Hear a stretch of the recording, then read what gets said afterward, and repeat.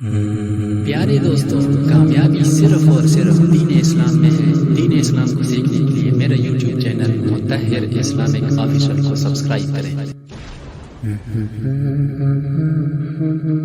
السلام علیکم ورحمۃ اللہ وبرکاتہ۔ مطہر اسلامک آفیشل کے سننے والوں، معزز اور قابل احترام بھائیوں، بزرگوں، دوستوں، آج کی اس ویڈیو میں شب قدر میں تھوڑی سی مشقت اور تھوڑی سی عبادت کرنے پر اللہ جل شانہ ہمیں کیا انعامات اور کیا اجر دینے والا ہے، اس کے بارے میں دو حدیث مبارکہ بیان ہوئی ہیں۔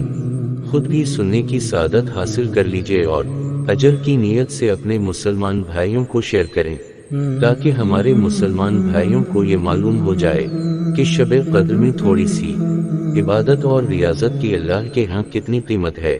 اگر ہماری ایک شیئر سے کسی نے اس پر عمل کرنا شروع کیا تو اس کے عمل کے ساتھ ساتھ ہمیں بھی پورا اجر ملے گا۔ چلیے چلتے ہیں حدیث مبارکہ کی طرف۔ حضرت انس رضی اللہ تعالی عنہ کہتے ہیں کہ ایک مرتبہ رمضان شریف کا مہینہ آیا تو حضور صلی اللہ علیہ وسلم نے فرمایا کہ تمہارے اوپر ایک مہینہ آیا ہے جس میں ایک رات ہے جو 1000 مہینوں سے افضل ہے۔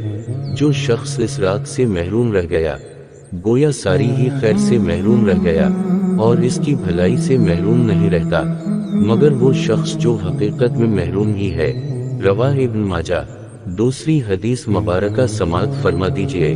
نبی کریم صلی اللہ علیہ وسلم کا ارشاد مبارک ہے، شب قدر میں حضرت جبرائیل علیہ السلام ملائکہ کی ایک جماعت کے ساتھ آتے ہیں اور اس شخص کے لیے جو کڑے یا بیٹے اللہ تعالیٰ کا ذکر کر رہا ہے اور عبادت میں مشغول ہے دعائے رحمت کرتے ہیں، اور جب عید الفطر کا دن ہوتا ہے تو حق تعالیٰ جل شانہ اپنے فرشتوں کے سامنے بندوں کی عبادت پر فخر فرماتے ہیں، اس لیے کہ انہوں نے آدمیوں پر تنا کیا تھا، اور ان سے دریافت فرماتے ہیں کہ فرشتوں اس مزدور کا جو اپنی خدمت پوری ادا کر دے کیا بدلہ ہے؟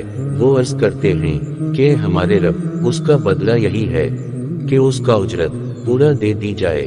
تو ارشاد ہوتا ہے کہ فرشتوں، میرے غلاموں نے اور باندیوں نے میرا فریضہ کو پورا کر دیا، پھر دعا کے ساتھ چلتے ہوئے عیدگاہ کے طرف نکلے ہیں۔ میری عزت کی قسم، میرے جلال کی قسم، میری بخشش کی قسم، میرے علو و شان کی قسم، میری بلند مرتبہ کی قسم، میں ان لوگوں کی دعا ضرور قبول کروں گا۔ پھر ان لوگوں کو خطاب فرما کر ارشاد ہوتا ہے، جاؤ، تمہارے گناہ معاف کر دیے ہیں اور تمہاری برائیوں کو نیکیوں سے بدل دیا ہے۔ بس یہ لوگ عیدگاہ سے ایسے حال میں لوٹتے ہیں کہ ان کے گناہ معاف ہو چکے ہوتے ہیں۔